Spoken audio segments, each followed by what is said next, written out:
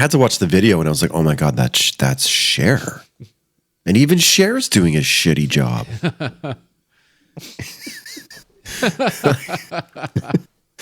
You gotta listen to it again and you're just like, oh, she's off. Like, that's not in time. Maybe that's the rock and roll-esque. No. And she used auto-tune ever since.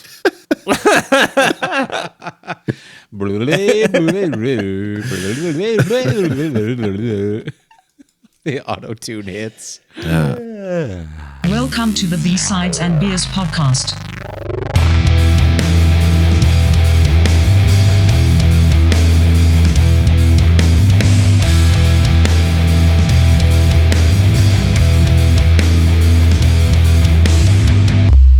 Welcome to B-Sides and Beers episode 82. Tonight we're talking meatloaf. What's going on, guys? Not much, man. This is an interesting one. It's different than like the other ones that we've done. It feels like, in quite a few different ways. I actually did this differently, where I didn't really do a lot of research, but I listened to a lot of Meatloaf. I just let the tunes speak. And we'll talk about that shortly too, because I want your opinion on those all together as a whole, because I'm sure this is the most Meatloaf that you've probably listened to in your life. Meatloaf I've consumed. Yeah, I'm so full of meatloaf. It's been a hefty helping, so have a little bit of A1. Oh yeah, makes Meatloaf sing, baby. That's it. Yep. Yeah, that's right. What are you guys drinking? What do we got going on there? Let's see, Mike. What do you got? What do I got? I have, first up is from Caribou. It's a Caribou malt. It's an 8%, and it is from Pacific Northwestern Brewing Co. out of Prince George. PG. Yep. So they got these rad little 8-pack deals for like $10, $10.50, and they're delicious and they're inexpensive. And part of the proceeds to all Caribou products go towards planting trees. Right arm. You can't go wrong with that. Yeah. So have a beer and save the caribou, forest, man. the world, whatever. Save the caribou.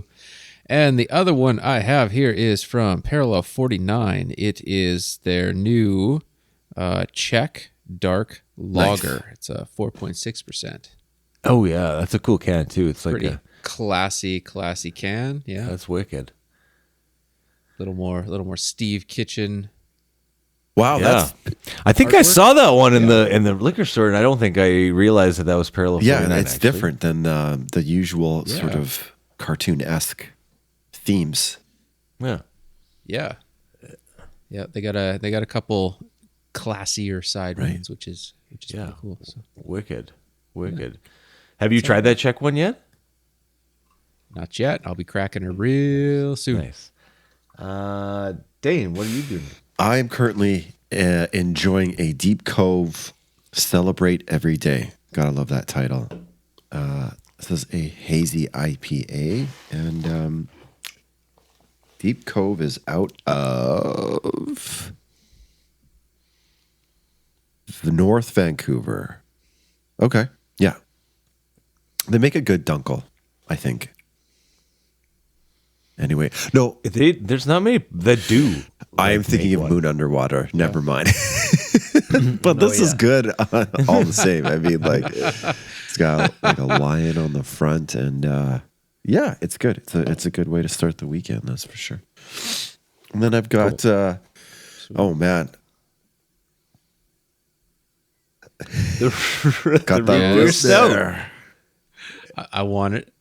I wanted to get another one, but then I saw this Czech one. I thought, let's. And this is probably why I said Moon Underwater, because I've got a Tranquility Moon Underwater IPA. And these guys are out of Victoria, BC, repping the island. So I've never had this one before. I'm excited. Yeah. Cool. I found one from the island today, actually, and I'm drinking it right now, and it is Buried Alive, the raspberry ale. Buried alive, buried alive. And this is out of this is Longwood Brewing out of Nanaimo, BC. All right. Far out, So, man. There you go, and it's a. I'm going fruity. I'm going with the raspberry ale, and then I just paired that up with the one that I've probably had maybe the most. What the huck? What the huck? The huckleberry. Yeah. So I've had that one lost before, but I was kind of excited to try the Buried Alive, and it's good. It's good. It's not as good as the other raspberry ales that I've had, but it's still good. So there you go. And both those kind of like reminded me of like they paired well with meatloaf. Oh, yeah. Like a huckleberry or something like that, a raspberry that kind of goes with that. So Yeah. so what'd you guys think? I'd like your thoughts on this. Are we okay? Yeah. So Meatloaf, pretty well. All I knew of him was the radio hits for years and years and years and years and years. And then I guess a couple years back, I started listening here and there to the non-radio hits, and this last week has been a full-on assault of Meatloaf offerings. And yeah, I dug it, man. I dug it. Like it's the production is massive, and the performances are amazing, and it's just this huge theatrical explosion of awesome with everything. I gotta say though, Meatloaf must be the king of like songs with brackets. Right? Like he must have the most songs with brackets for sure. Yeah. Like hands down, I loved you, but I had to kill you or whatever, right? Like there's always something like that. Yeah. Feels like, but yeah, it was, same thing. He probably had like a spike in listens from just the three of us. I think this week he was smiling up there. But yeah, I mean, you got to wade through all of like the compilations and the hits and like all this kind of stuff to find like what there actually is. Yeah. Yep. It's just so much. And it's interesting. Like it was interesting to put on, but like I couldn't listen to it like for a long period of time because it just kind of like started kind of blending into the same. It kind of felt like that same kind of feel. You know what I mean? Yep. That Meatloaf vibe just was. It kind of got stale. It got stale after a period of time. But maybe you don't listen to it all in one shot. But I mean, there's a lot of difference there between 1977 to 1986 to 2016. Totally, right? There's a lot of difference there. I think you get a lot of that too when you've got 8, 9, 10-minute songs as well. Epics. So, they're these massive epic deals, but it's like, well, I guess they could have done a radio edit of 4 minutes instead of the 10 and a half. I enjoy it. I actually really like it. Well and Flip, I think you really sort of nailed that as far as like it blending into the background. Putting this on during work, you have these expansive songs that just sort of go on with all these different parts to them. And it just sort of, you kind of forget that they are these 5-minute songs and then another 6-minute, and then it just sort of blends into. Like there's a couple times I had to go back and I'm like, is this still the same song? Yeah. Like, oh yeah, it is. Okay, we're still doing this. Yeah. Okay, cool. And then when you take a second and listen to it, then you sort of like fall back into this like theatrics, this like, the thing that makes Meatloaf, right? Yep. Like they were all designed and tailored to be the live show and to have this huge, massive stage show and big tours and like you're listening. It's a Broadway play on an album or a Broadway performance. And I mean, I didn't really know that the guy was into acting before he was even doing singing. So like, Yep. that's where it's coming from. But like, how many times do you have a guy who doesn't write his own stuff and is just like the performer, right? Like he's like the Elvis, Yeah. like he's just like the face, right? Yeah. But like he's not Yeah. doing anything. He's just like got an amazing voice and amazing presence on stage and a larger than life personality, right? So it's kind of a crazy dynamic that I don't think you find very often in music, period. Yeah. Nope. So really, you got an actor Other than I don't know. What was the quote? Like, I'm an actor that thought I could sing, or like he's an actor that thinks he can sing, or something like that. So Other than Easy yeah, Easy. Maybe that's the only other one. Yeah, never wrote a lyric, but Yeah, but like, I don't know if you guys thought about this too, but I look at Bat Out of Hell and it's like 43 million copies, Yeah. top whatever 5 song, best selling album of all time, and I'm like, what? Why? Like, what happened? Like, I tried to kind of do some research on that, and I couldn't find it. Like, I understand like there's lots of hits on there, and I get all that, but like when you look at like all the rest of the top albums of all time, it feels like it's out of place. 100%. You know what I mean? yeah, totally. Yeah, and I couldn't figure out what. Obviously, I wasn't born in 1977 and was not able to catch the vibe of that. But what happened during that time? And furthermore to that, got a lot to say. Furthermore to that, how do you come back in 1993 Yeah. amidst Oh, yeah. Nirvana and Seattle and grunge? And I mean, I could probably say that that's maybe the video that I saw Yeah. the most Oh, yeah. on Much Music Yep. out of maybe It all was videos. the slow dance banger, man. Everyone Yep. was slow dancing Yeah. to Meatloaf. Yeah. Yeah. So, it's just amazing that he cut through during that time too, with that song, and it was everywhere and it was on all the time. It was just felt like perfect placement. But, besides that and Bat Out of Hell, it's pretty lean as far as hits goes, right? yeah. Like there's not much there. And I mean, if you got to be a real big Meatloaf fan to be diving into those 5 other albums that he did without the Yeah. Jim Steinman. Yeah. Yeah. Right. Like, Yeah.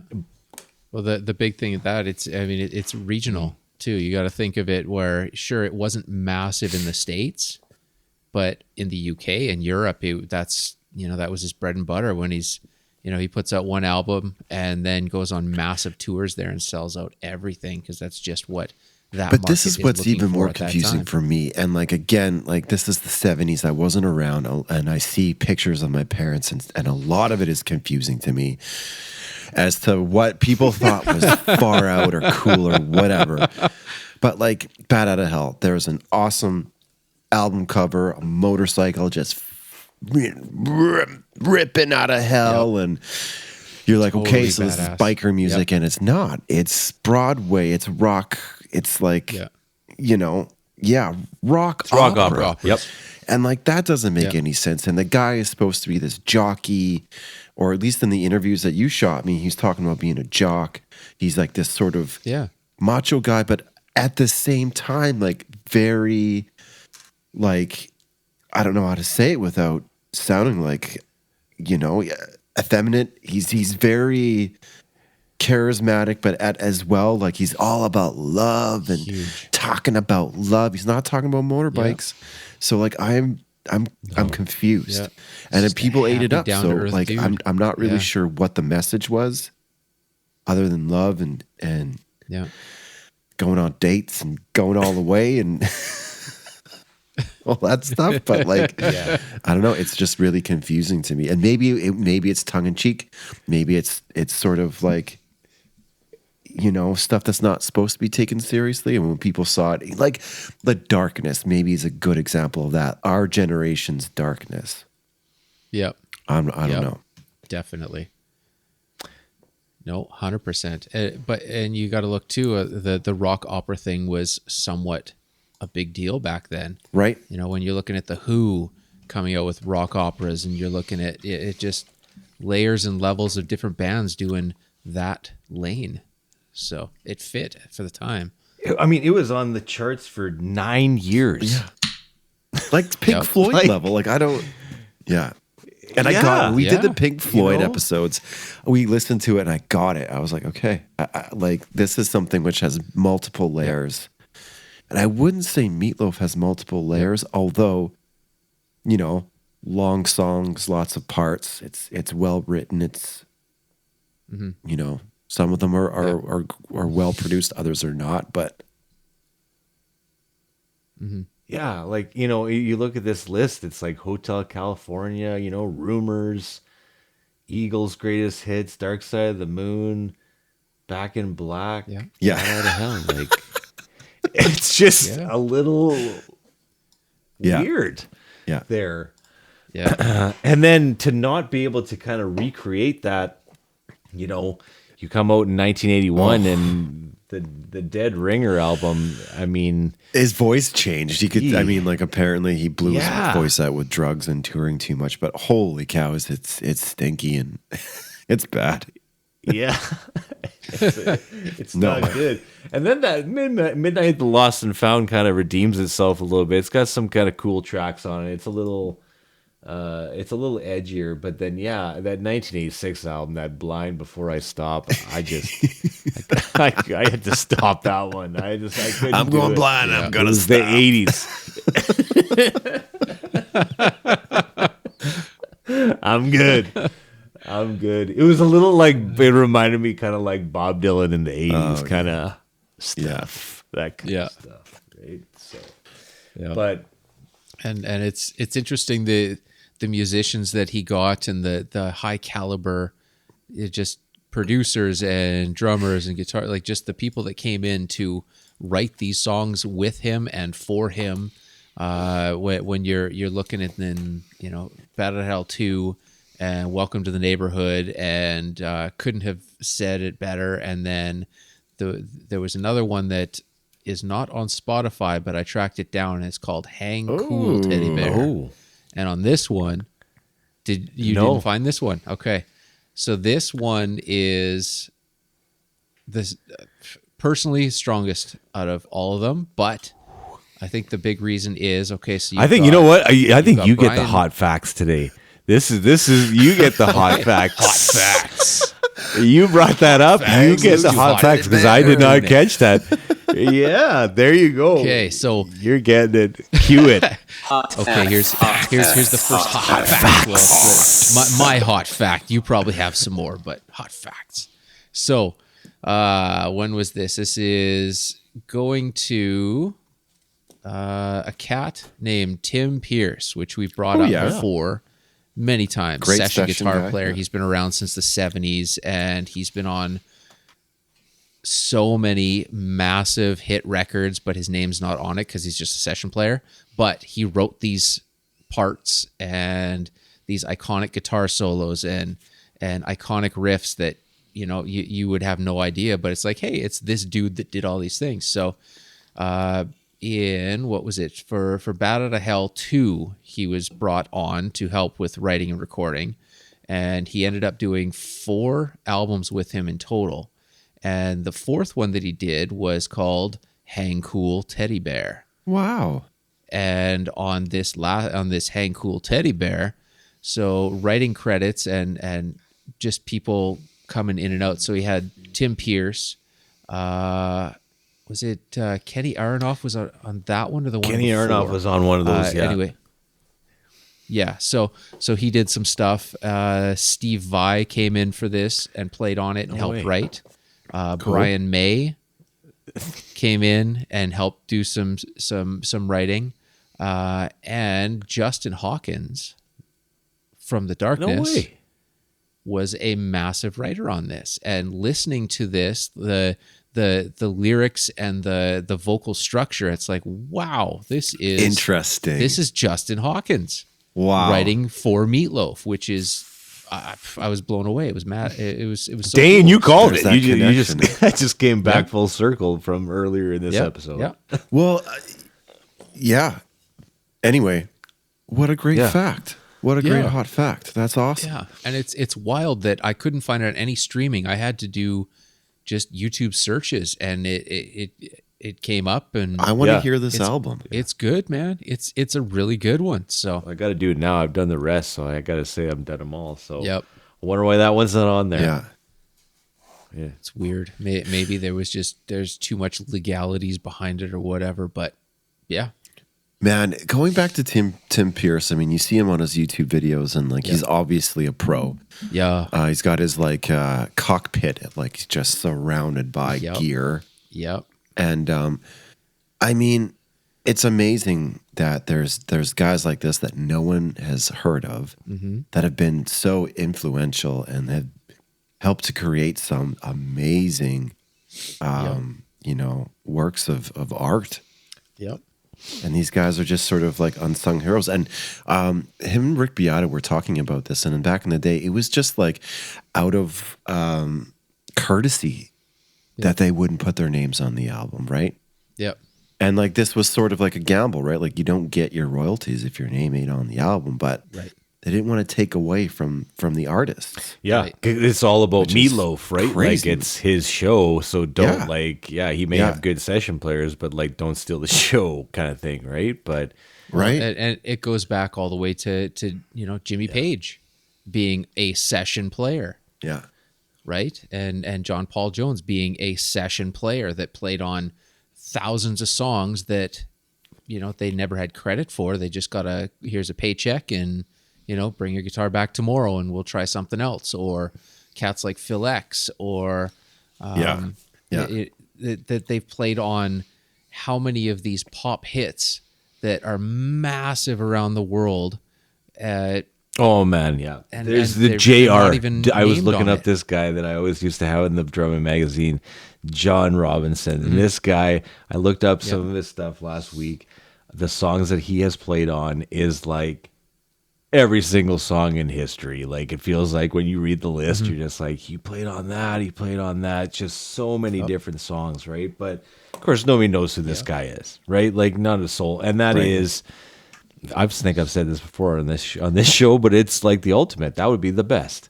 Like to just do yeah. that. People leave you like alone. nobody, and you're just like, I played on all of these songs, and nobody knows me when I walk down the street. So, and I'm rich. Yeah. And it goes back to Steve Stevens from our last album, or our the Fight Club episode there with the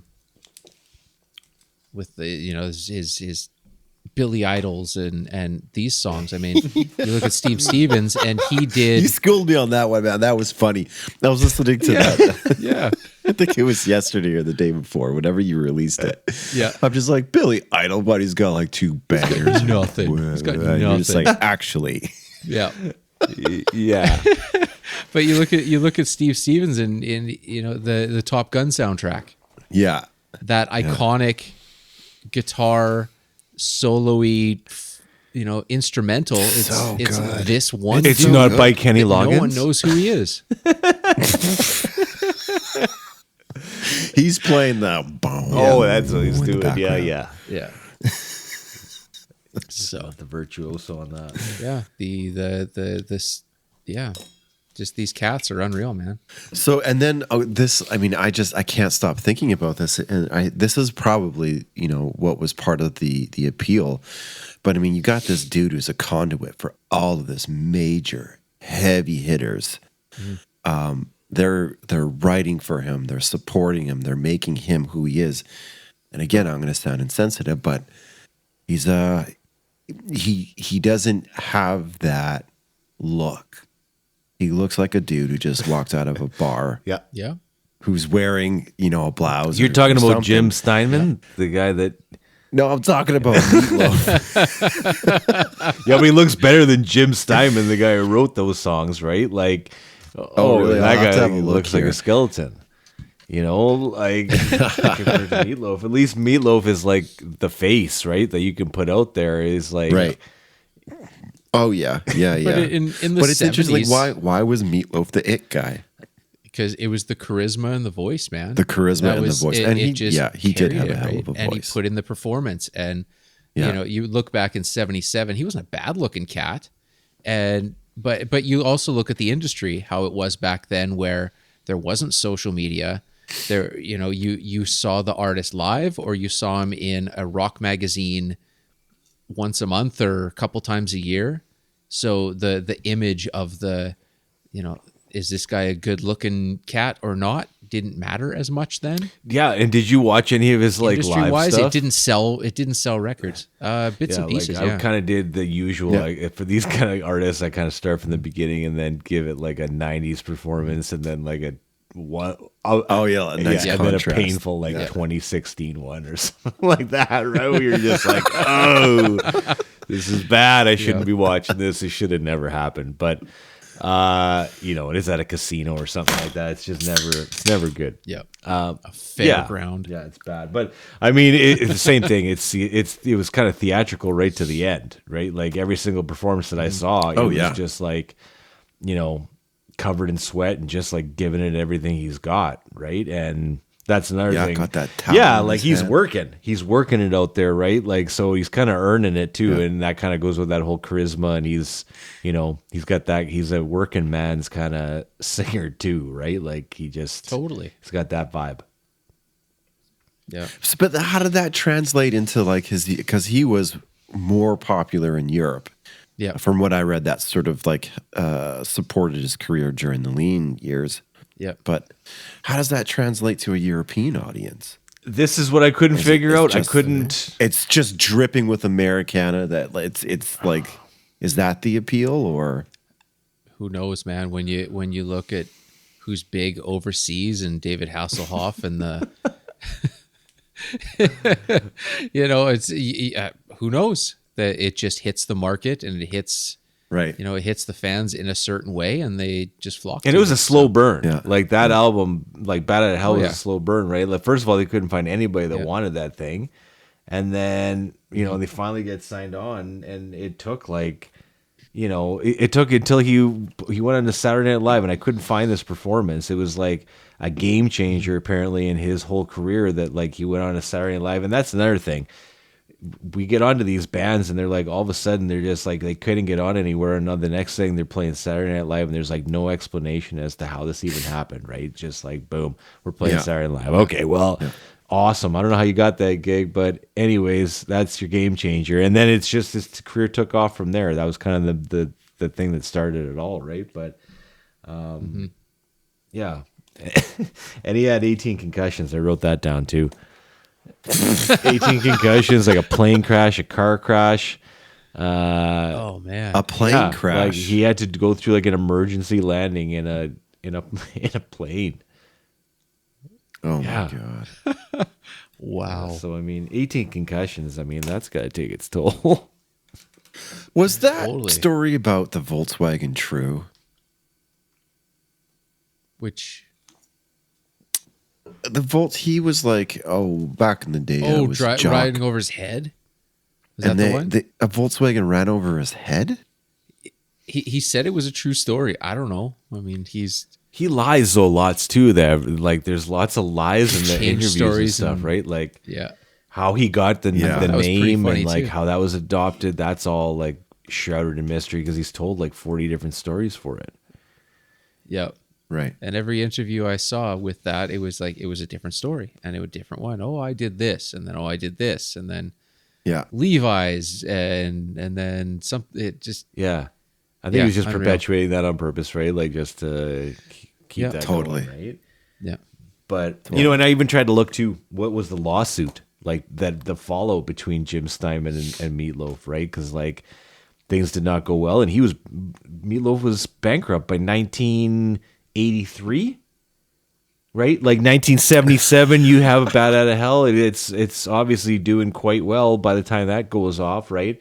1983, spend way too much money on drugs, mismanage the rest of the money, and have to declare bankruptcy. Yeah. Right? Like, and then Yeah. you're going into your lean years where you don't have any hits and you have nothing. And then you decide in 1993 to bury the hatchet and come back together with this guy and make that song. And it's like resurrects your career. There's Yeah. all your money again when you, Yeah, right after totally. that, you're making over 15 million records sold when you come back in 93. and on. Yeah. But you'd have to think that like Bat Out of Hell's still like pumping the sales every year during that time, right? Like you're still selling plastic and selling tapes and everything else, right? Like, Yep. All depends on the contract. yeah.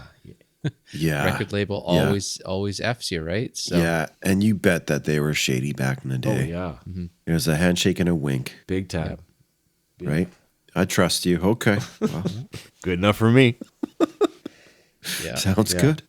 But that lawsuit, it was over the phrase "bat out of hell." It was who could okay. use it, and Wow. it was a battle between managers. Meatloaf kept saying he didn't sue the Jim Steinman guy, but he sued his manager. His managers sued each other, so it's nothing personal. But I want $50 million. Just business. Well, the money's there. Why not take He it? ended up dropping that lawsuit though, and nothing ever happened. And then they made Bet Out of Hell 2, and it worked out all right for him. Yeah. Yeah, but that too, Bet Out of Hell 2, he didn't get his money. What was that? 93. 93. Yeah, He didn't 93. get money until 97 for that album because of all the legal loopholes and Wow. Really? all that stuff to jump through. Yeah, which is crazy. Because that, like I said, that was massive. So that must have been crazy. That thing being all over MTV, Much Music, all over the world, and then be like making making a red cent cent. off it, right? No. Like, Well, maybe that's another reason why he's done. He did like 60 movies and shows, and in the quote unquote lean years, where he's still this legendary name and face and character in rock, but his albums aren't selling properly, so he's making all these movies, and then this is beforehand Rocky Horror Picture Show 75. He was in that and did a bunch of stuff, but that didn't really, that as far as I understand, that wasn't really a massive hit until it sort of became a cult. Cult. Yeah. I don't remember him in that. I mean, although I haven't seen that movie in forever, but Yeah. But I mean, and the years following that, where you got, he's in Wayne's World, a great and performance, Fight so a Club, classic and then Tenacious performance in D, Wayne's and then, World. oh, totally, Yeah, totally. I'll have to watch that one again. What does he do in Wayne's World? He's himself, no? He's the bouncer. I thought Chris Farley was. He's another bouncer? He was one of the bouncers. Tiny. Oh. Yeah. the shitty Beatles. Okay. I got to give that one another watch. What Yeah. a great movie. So good.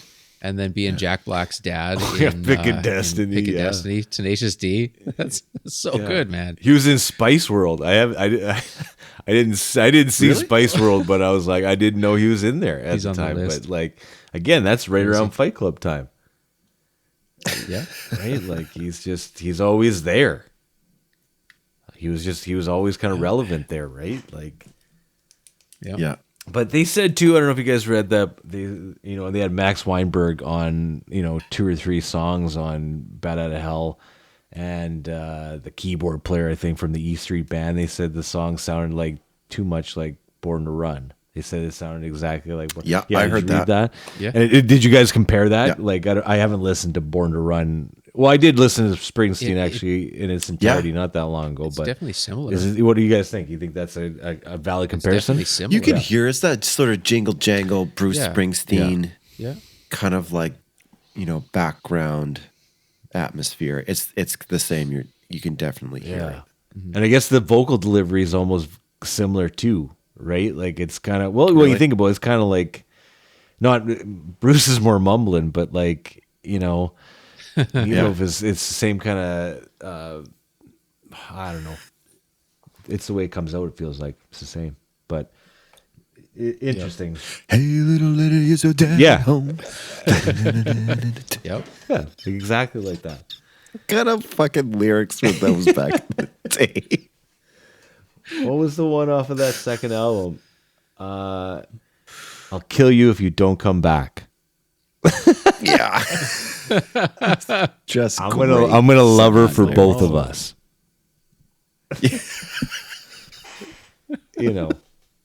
Not no more. Can't do that. But I won't do that. But I won't do that. Or everything is permitted.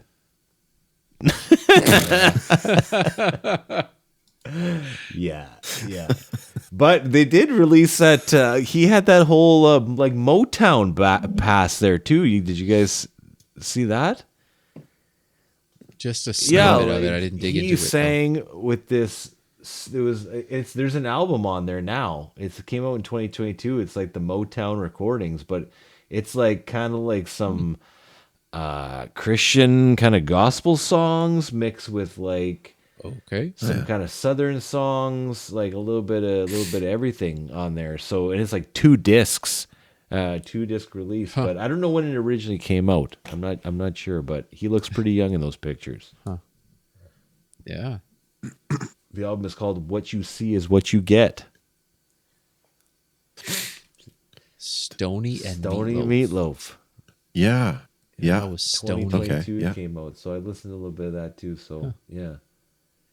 As heavy as Jesus. Well, who was Stony? Was that? I assume that was like. He had these like weird, and they all were kind of similar, but these kind of like ladies who sang duets with him. Cher was in. Which one was that? She was on that Dead album. Ringer. That She was junkie actually one. on a track called Dead Ringer, I think. Yeah. The title track. Ooh, title track. And I had to watch the video, and I was like, "Oh my god, that's Cher." And even Cher's doing a shitty job.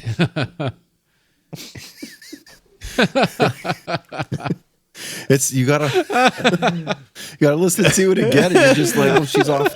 Like that's not in time. Maybe that's the rock and roll esque. No. And she used auto-tune ever since.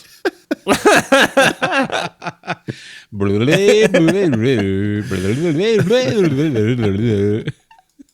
auto-tune hits. Yeah. What a terrible song. Oh, man. Sure. She's had a couple of mentions on this show lately, back with Beavis and Butthead, and now this episode. Yep. So. She's been around a long time. Oh yeah. But that guy, again, back to Jim Steinman, that guy went on to write like a whole bunch of other bangers after that one too. Like, and Meatloaf was pissed. Right? Like Total Eclipse of the Heart was supposed to be Meatloaf's. Wow. You know? Yep. And when you listen to that, you're like, that is a Meatloaf song. Like that, you know? Yep.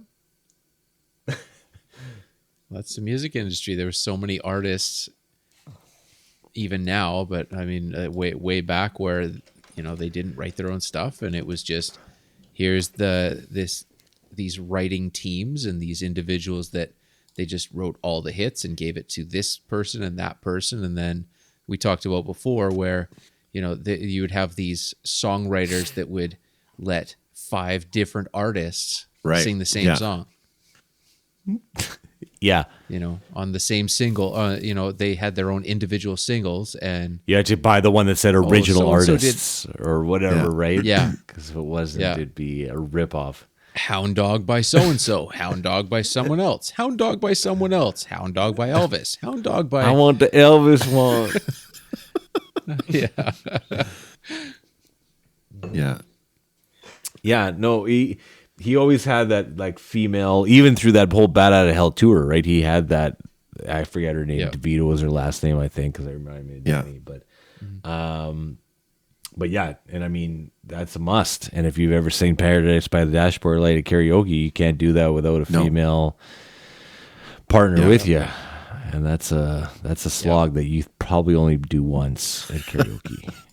Because somebody dragged you into it. That's not one you choose. 22 minutes later.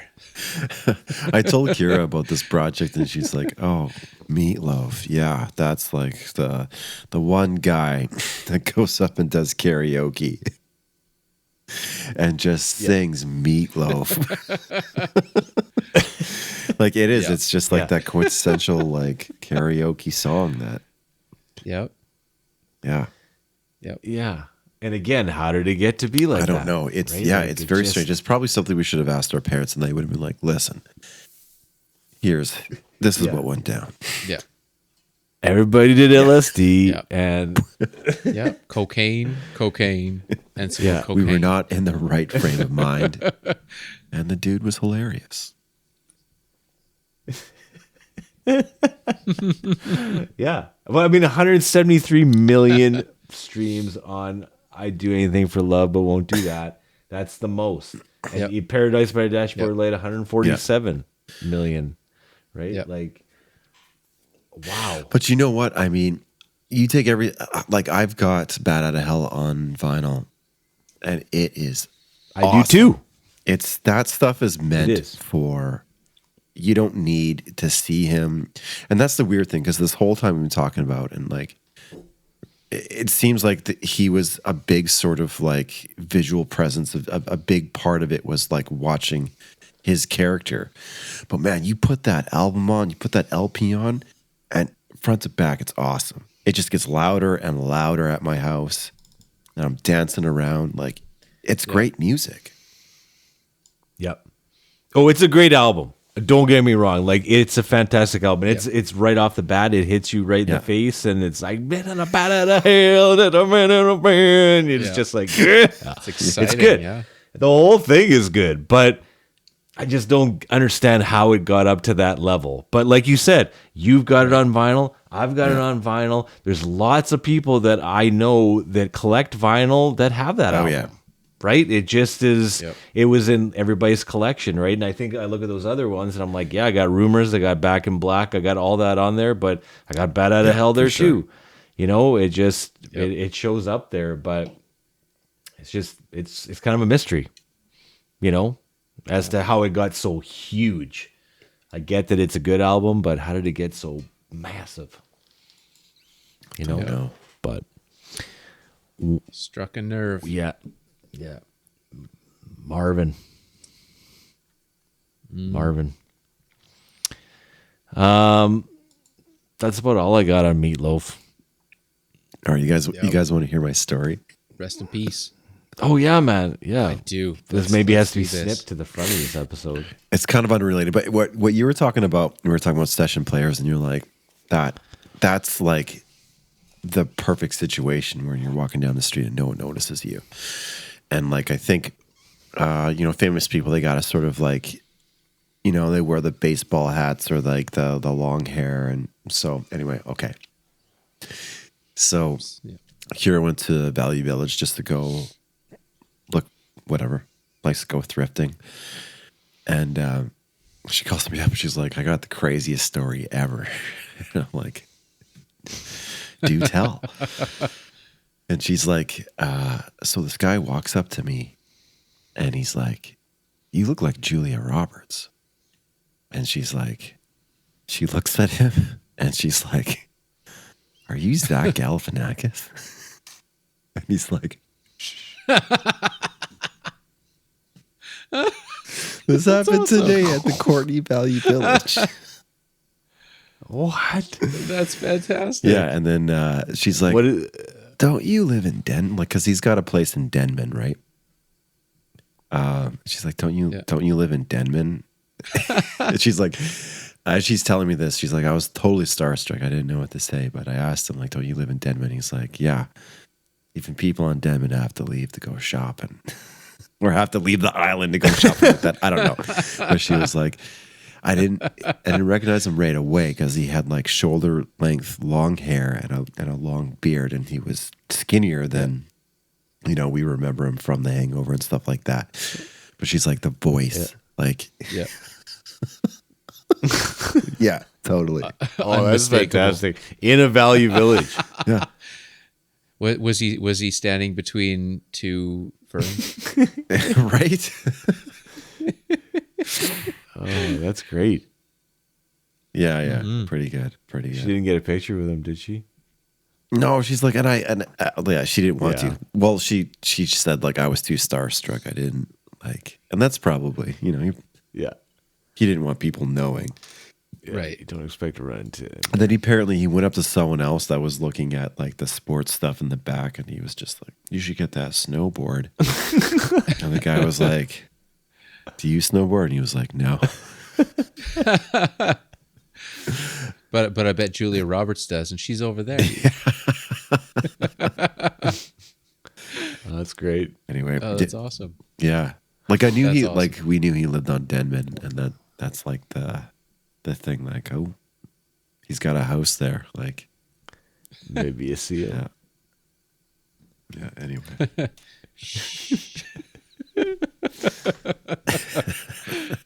That's brilliant. All right, we want you guys to subscribe, share, and review this podcast. Keep it going, keep it strong, because we're having a great time entertaining you guys with B-Sides and Beers podcast.